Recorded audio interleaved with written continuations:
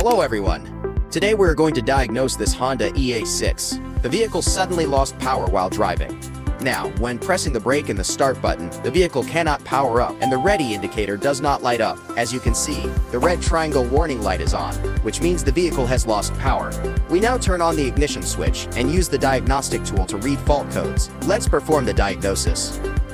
The fault code read is P149009, indicating a power-up failure. Next, we will read the data stream, specifically the data stream of the integrated power module.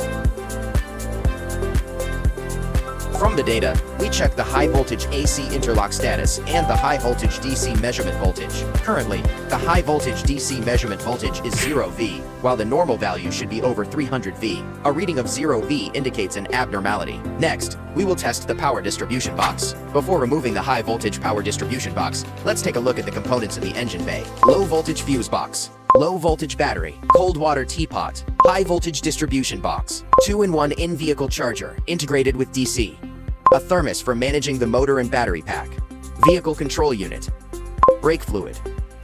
Now back to the fault repair. Based on fault analysis, the fault point is in the power distribution box. We need to remove the cover for inspection. Before servicing the power distribution box, first disconnect the negative terminal of the low voltage battery and wait for 5 to 10 minutes. Now we disassemble the power distribution box to check the fault.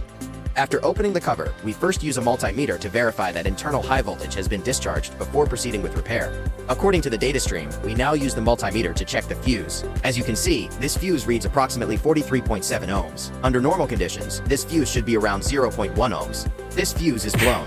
This is a normal fuse, reading 0.1 ohms. We will now replace the first fuse directly. It has been removed. Let's compare the old and new fuses and measure their resistance. This is the old blown fuse. Now we test the new one. As you saw, the old fuse was blown.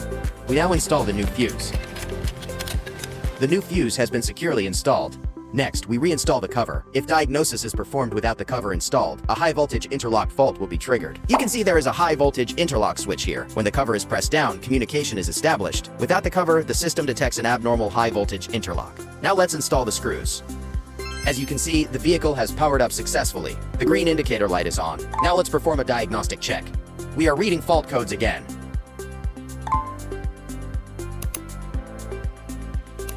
There are no faults in the integrated power module. Let's check the data stream again. Look at item 7. High voltage DC measurement voltage is 336V, confirming that power up is normal. The fault repair is now complete.